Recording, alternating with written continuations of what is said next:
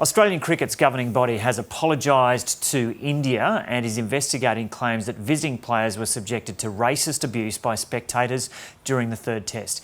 India made an official complaint after day 3, and yesterday play was halted for 10 minutes after more alleged abuse. 6 people were subsequently ejected from the Sydney cricket ground. Cricket Australia and New South Wales Police are investigating. Bharat Sundaresan is a writer for CricBuzz Global Cricket News website, and he joins us now from Sydney. Bharat, g'day, great to see you again. As someone yourself who lived in India up until 2 years ago and then has lived in Adelaide since, what was that like for you to witness what happened there over the last couple of days? Oh, it was, firstly, hey Joe, it was just very belittling. It didn't happen to me, nobody said anything to me, but just sitting there watching a young Indian cricketer on his first major tour of Australia, having to undergo that, it just sad. And the fact that it had happened less than 24 hours ago when he had just complained to the officials and he brought it to their notice, to see it happening while the match was on and to see him walk down from fine leg and for play to stop, it was painful to see, and you know, I got emotional, and I'm sure every Indian watching it got emotional. I can tell you that the team management was not happy at all, and what really stood out was what R. Ashwin said at the end of the day, where he said more than anything that they weren't surprised. That for me was very disappointing. What has actually been established, because there's an investigation now and some of it's being described as allegations of abuse. What did actually happen over the last 2 days at the SCG? How did it develop to this point? Well, I can give you the Indian team perspective. Of course, like you said, the investigation is underway. We'll soon find out exactly what happened. There have been some reports which claim that they weren't racist in nature, but the Indian team, like I said, is convinced. So apparently the abuse had been going on since day 2, and the younger members of the side had been told even before the Sydney test started that if you hear something, just bring it to our notice. So Mohammad Siraj was, like I said, heard things that should not have been said on day 2, and day 3 again, Jasprit Bumrah as well. So then he brings it to the players, the senior players' attention, and Ajinkya Rahane and R. Ashwin, you could see at the end of the third day's play, walk up to the umpires and talk about it, and then the security officials got involved, and we thought that would be it. But then, like I said, it reared up again just before tea yesterday when Siraj walked down from fine leg, play stopped. It was good to see Tim Payne go and have a word with the Indians to know what was happening.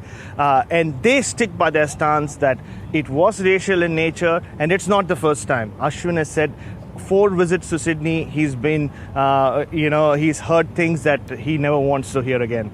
Racism is an issue which is being called out in sport called out more in sport internationally now. What reputation does Australia have internationally?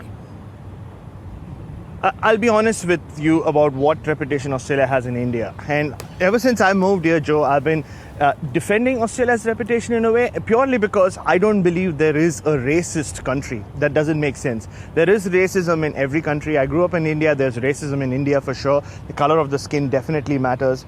But what we want is just people to just respect each other. Look, I don't look or sound like you, but that does not mean that my name is not important enough. It doesn't mean that my feelings are not important enough. And that's pretty much what not just me, but any colored person would tell you. And Australia, in India, there have been instances in the past, and even now I get phone calls saying, oh, is Australia actually a racist country? And I always say, no, there's nothing. It's a beautiful country. It's a very welcoming country. Some of the best friends I have in life are Australian.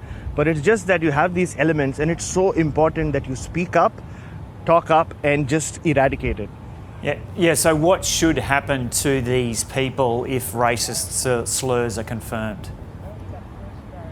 Well, it's simple. An example needs to be made of them, by which I mean the harshest measures have to be taken. If it means giving them life bans or just banning them from the ground for the next few years, it should be done. Basically, this incident should not encourage others like them to want to pay money to come watch their sports stars play, and then just for some excuse just start abusing them at the end of the day. That's just not done. So this needs to be, like I said, it's too late for it to be nipped in the bud, for at least make an example of these guys so nobody else out there thinks, oh, I can go and do that as well. Yeah.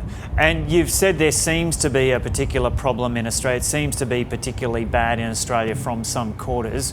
What should be done on a broader level in Australia? Education, Joe. Education about, and in my own experience, racism comes from two forms: ignorance and spite. If it's ignorance, if it just comes from someone who grew up in a time when it was okay to say certain things, you try and reach out to them, educate them, talk to them.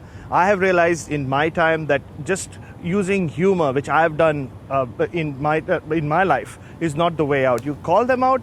Doesn't need to be nasty. Just talk to them, educate them. But if it comes out of spite, at times you don't know what to do, because at times I can tell you feel scared. You go defensive. You don't know how to respond, and that is not a position anyone deserves to be in. But I just feel if people can just start respecting each other, and there's just a bigger flow of culture. Australia is such a multicultural country. It's not like we are so away from the rest of the world. We don't know what's happening or who's who or where they come from. It's just about that. It's just about coming together and saying, you know what, I'm going to make that extra effort to know how to say Bharat Sundaresan for starters, and then we move on from there. Yeah, and Bharat, you've written a brilliant piece on this. If people want to see that, where do they go? Oh, it's on crickbuzz.com. It's a cricket website, and it pained me to having to write a piece on this for a cricket website, but I just thought that message had to come out, all I'm asking for, all everybody's asking for, is just start talking about it, make it an issue, and let's bring about a change. Yeah, so it's been really unfortunate that this has happened during this test, but what's it been like there for you to witness the action on the SCG? What's the actual game been like over the past 4 days or so?